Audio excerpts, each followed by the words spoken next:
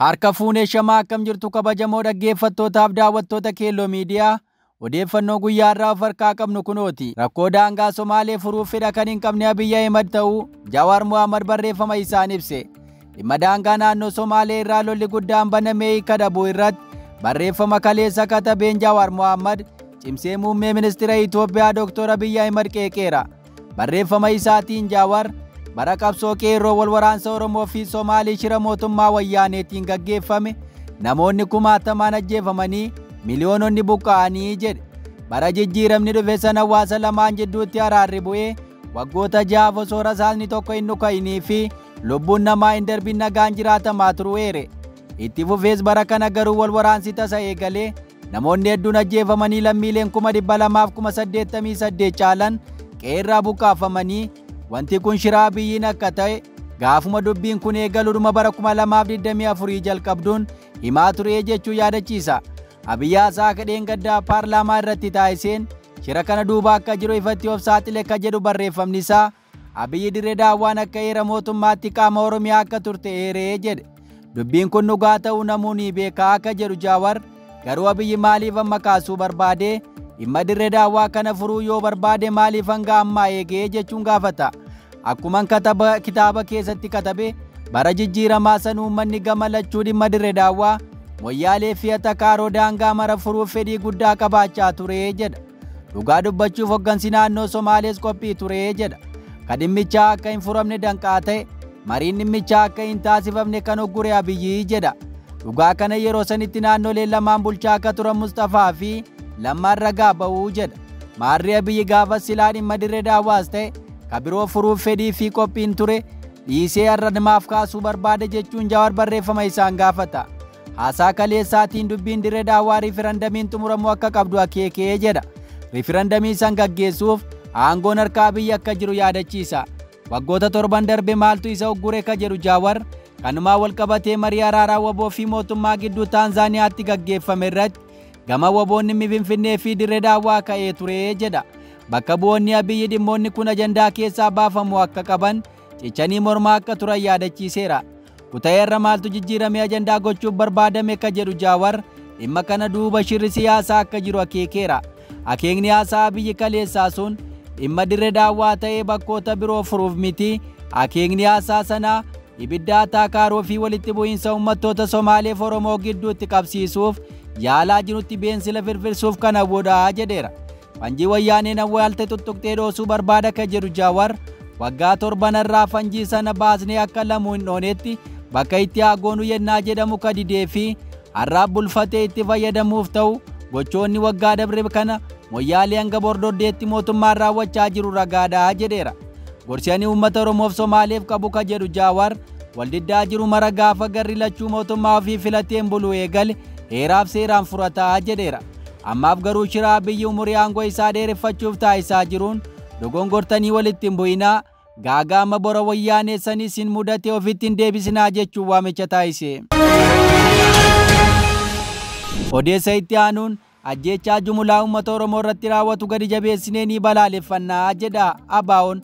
Addi Bilisummaa Oromoo ABO'n ajjeechaa jumlaa hidhaa saamicha dararaa fi qeerraa buqqisuu uummata Oromoo irratti humnoota mootummaa hidhatanii fi garee finxaaleyyii faannoo Amaaraa ofiin jettuun wal darabee uummata keenya irratti raawwatu gadi jabeessinee balaaleffannaa duras ni dhaabbanna jechuun ibsaa irra baaseen akeekkachiise. Gochaawwan suukanneessaa yakki waraanaa ulfaataa fi hammaataan seera mirga namoomaa idil addunyaa cabsuun dhaabbataa uummata keenya meeshaa maleeyyii irratti ta'u kayyoomiyyuu caalaa daran nu yaaddesseera jedha.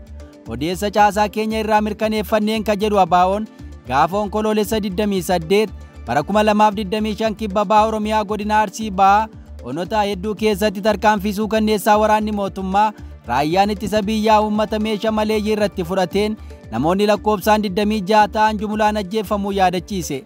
Akka sanaan kibba bahaa Oromiyaa godina Arsii bahaa ona shirkaa ganda jaawwiitti raayyaan ittisa biyyaa gaafa onkoloolessa 28 bara 2025 namoota 14 badii tokko malee rasaasaan ajjeessaniiru jedha. Onuma kana daangaa laga Waabeetti ijoollee 2 barattoota umuriin isaanii waraanaaf hin geenye waraanni mootummaa ajjeesee qarqara lagaatti darbateera jedha. Dargaggoonni 3 kanneen biroos waraana mootummaan ajjeefamanii magaalaa Goobeessaatti gaafuma kana gatamanii jedha. Ona Onqolloo Waabee Ganda Baqaqsaattis namoonni 5 waraana mootummaan ajjeefamanii dirree irratti darbatamuu isaanii yaadachiisa. Akkasuma ganda Arafaatuu keessatti ijoolleen 2 qabrii abbaa isaaniif siidaa ijaaraa otoo jiranii humnoota mootummaa hidhatanii ukkaanfamanii achii booda bakka addaa Tulluu Biyyoo cinaatti waraana mootummaan ajjeefamanii kuusaa bishaaniitti gatamuu isaanii Addi Bilisummaa Oromoo ibsaarra baaseen akeekkachiise. Godinoota kibba bahaa Oromiyaa guutuu keessatti hidhaa, reebicha, saamicha, qeerraa ari'atamuu fi manneen uummataa jumulaan abiddaan gubachuun hojii dhaabbataa waraana mootummaa akka ta'u ibsuun miseensonni isaa Jaalabbuu Obsee maatii isaa waliin ganna tokko waliin mana hidhaa Ona Dugdaatti dararamaa jira jedha. Akkasumas Abdusalaam Ona Suudeetti haadha manaa fi intala isaa waliin hidhamuun ji'oota 9 dararamaa akka jiru, Xaamoo Ahmad Ona Roobee keessatti hidhamuun dhibeen rakkachaa akka jiru ABO'n akeekeera. Muummeen ministeera Itoophiyaa Dr. Abiy Ahimad haasaa isaanii paarlaamaa Itoophiyaa gaafa onkoloolessa 28 bara 2025 taa'ee ol irratti waraanni Tigraayitti gaggeeffame ka Wallaggatti gaggeeffameen caalu garuu waraanni Tigraay akka addaatti dhaadeffamee jedha. Waraanni Tigraayitti gaggeeffamaa jiru waraana bu'uuraa fi bu'aa hin qabnedha. Mootummaan federaalaa Tigraay keessatti waraana gaggeessuuf kaayyoos fedhiis hin qabu. Haasaan muummee ministeeraa kun kan agarsiisu akkuma kanaan dura gaafa Tigraay irratti waraana labsan waraana Tigraay fixannaan kan Oromiyaa akka garbuutii jedhan san Oromiyaa fi uummata Oromoo bal'aa ifatti lola dhaabbataa irratti labsanii waraanaan aleelaa jiru jedha. Ammas hojiidhuma harka lafa jalaa fi ifatti godhaa turan paarlaamaa irratti mirkaneessan ka jedhu ABO'n gocha waraana mootummaan raawwatamu kana cimsee balaaleffate. Dhaabbanni tokkummaa mootummootaa, Gamtaan Afrikaa fi dhaabbileen mirga namoomaa addunyaa, hawaasni idil addunyaa fi qaamoleen inni ilaallatu keessaa fi alaan jirtan cuftii akka waraanaa ifatti uummata Oromoo irratti dhaabbataa ta'ee itti fufee jiru kana jala dhaabbachuun balaaleffachuu akka qabdan waamicha dhiyeessina jechuun ibsa isaa kana goolabeera. Oduu keenya itti aanuun namoonni 25 godina Arsiitti ajjeefamuu manni amantaa Ortodoksii Tawaahidoo Itoophiyaa ibse. Manni amantaa Ortodoksii Tawaahidoo Itoophiyaa ji'a onkoloolessaa kana qofa keessa naannoo Oromiyaa godina Arsiitti namoonni 25 ajjeefamaniiru jedhe. Manni amantaa Ortodoksii Tawaahidoo Itoophiyaa kutaan quunnamtii uummataa kibxata darbee ibsa baaseen ajjeechaan kun kan irratti raawwate hordoftoota mana amantaa Ortodoksii Tawaahidoo ta'uu ibsee kunis guyyoota garaa garaa keessatti ka ji'a onkoloolessaa kana keessa raawwate ta'uu akeeke. Ragaa ajjeechaa kanaa karaa mana amantaa Ortodoksii Tawaahidoo kutaa lallabaa haga gadiitti jiran irraa walitti qabuu kan ibse kutaan quunnamtii uummata mana amantichaa waliigala ji'a onkoloolessaa kana keessa naannolee akka Martii, Onqoloo Waabee fi Gunaatti ajjeechaan namoota nagaa 25 ta'an irratti raawwachuu odeeffannoo qabaachuu isaa ibseera. Ibsi mana amantaa onkoloolessa 28 bara 2025 aanaa Onqoloo Waabeetti namoonni 5 ajjeefamuu kan hammatudha. Gabaasaawwan kaan garuu namoonni kun miseensota maatii tokko ta'uu isaa ibsa. Kutaan quunnamtii uummataa mana amantaa Ortodoksii Tawaahidoo Itoophiyaa namoota ajjeechaa kana duuba jiran ilaalchisuun waan ibse kan hin jirre yoo ta'u garuu taatee ajjeechaa kanaa ilaalchisee odeeffannoo fi ragaa argate qaama dhimmi kun ilaallatuuf kallattiidhaan ka dabarsu ta'uu isaa akeekeera. Maddi odeeffannoo Addis Istaandardi mana amantaa kana keessaa dubbise godina Arsii aanaa Shiirkaa ganda Heelaa Zibaabiitti wiixata darbee aleellaa xiyyeeffannoon isaa kan amantaa da'oo godhate jechuun ibseen namoonni 3 ajjeefamuu fi 4 ammoo butamuu ibseera. Maddi sababa rakkoo nageenyaa naannoo jira jedheef eenyummaan isaa akka eeramu hin feene namoonni nagaan kun haala suukanneessaa ta'een hidhattoota eenyummaan isaanii hin beekamneen ajjeefamanii jedhe. Gaggeessaan mana amantaa tokko namoonni kun mana isaanii keessaa baafamanii rasaasitti dhukaafamanii ajjeefamee jedhan. Kunis bara 2021 as ka baay'atee dhufedha jechuun dubbatan. Akka tilmaamaan ka'anittis haala ajjeechaa wal fakkaatu kanaan namoonni 190 ta'an erga bara 2021 as ajjeefamuu isaanii ibsaniiru. Dabalataanis haala ajjeechaa kanaa duuba warri jiru eenyummaan isaanii fi fedhiin isaanii beekamuu baatus warri ajjeefaman kunneen hordoftoota mana amantaa Ortodoksii Tawaahidoo ta'uu isaanii caqaseera. Oduu keenya birootiin mootummaan Eertiraa ejjennoo Itoophiyaa balaaleffachuun deebii kenne.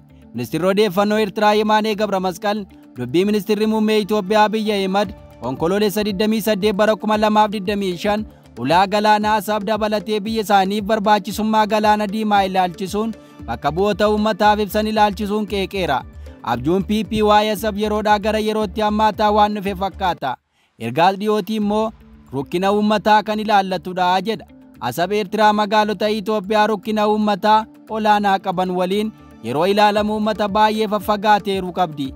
kun kan akka kibxata walgahii paarlaamaa irratti ibsametti akka PP'n jedhutti asabii yoo danda'ame mariin ta'uu baannaan waraanaan dhuunfachuu ta'uu mirkaneessa jechuun dubbii muummee ministeera Itoophiyaa Abiyyi paarlaamaa irratti taasisan akeekuun deebii kenne. Seenaa keessatti of tuulummaan koloneeffataa yeroo hundumaa sababa qabatamaa fakkaatu tokko yookaas kaayyoo olaanaa ergama qaroomaa fi kan kana fakkaatan kan qabu fakkaata. Kan nama kofalchiisu garuu akkaataa PP'n itti ibsu addunyaa ammayyaa keessatti argame kan hin beekne ta'uu isaatii jedha. Ministeerri beeksisaa Eertiraa Yemaanee Gabra Masqal dubbii ministeerri muummee Itoophiyaa Abiyyi eenyu waliin illee fedhii waraanatti galuu hin qabnu, haa ta'u malee waraanni jalqabnaan garuu bu'aan isaa ifaadhaa jedhan yaadachiisuun fuula eeksii isaanii irratti barreessuun deebii kenne. Dhibba kana mootummaan Itoophiyaa dhimma nagaa naannichaa irratti mari'achuudhaaf Xaanaa Fooram yeroo gaggeessetti Itaamaajoor Shuumiin humna waraanaa fi qondaalonni waraanaa olaanoo biroon ibsa Eertiraa irratti xiyyeeffatanii fi waraana kakaasu jedhaman kennuun isaanii kan wal faallessuudha jechuun dubbate. Barreeffamni aangaa Eertiraa kun fedhii nagaa mootummaa gaaffii keessa galchuudha jechuun qeeqa. Itti dabaluun mootummaan Eertiraa Itoophiyaan piroojeektii daandii baaburaa ulaa galaanaa Miitsuwaa Asabii fi Taajuuraa waliin wal quunnamsiisu baasii doolaara biliyoona 1.8 ijaaraa jiraachuu ifa gochuun ishee agarsiiftuu komii kanaatis jechuun ibseera. Keessumaa Eertiraa waliin walii galteen tokkollee osoo hin jiraatin piroojeektii buufataawwan galaanaa Miitsuwaa fi Asabiin hammate karoorsuun mammaaksa Tigiriinyaa nyaadhu osoo hin jedhamin naaf mi'eessaa jedhuu nama yaadachiisaa jedha. Kun ammoo Itoophiyaan bulchiinsa walabaa Eertiraa irratti walii galtee malee karoora baafachuu ishee akka agarsiisu himuun gochoonni akkasii kun ollummaa gaarii fi nageenya naannichaatiif carraaqqii taasifaman osoo hin taane walabummaa daangaa fi birmadummaa biyya walabaa tokko ka qoruu fi seera addunyaa akka cabsanidha jedhe. Ministeerri muummee Itoophiyaa Abiyyi Ahmed Itoophiyaan dhimma ulaa galaanaa fi Eertiraa waliin wal qabatee paarlaamaatti dhiyaachuun ibsa yeroo kennanitti Eertiraa waliin waraanni yoo ka'e waan ta'uuf deemu ifa jechuun akeekkachiisanii turan. Egaa dhaggeeffattoota Keelloo Miidiyaa odeeffannoon of harkaa qabnu kanan gammaa dhaggeeffattan ture. Qophii hafe waliin turtii gaarii.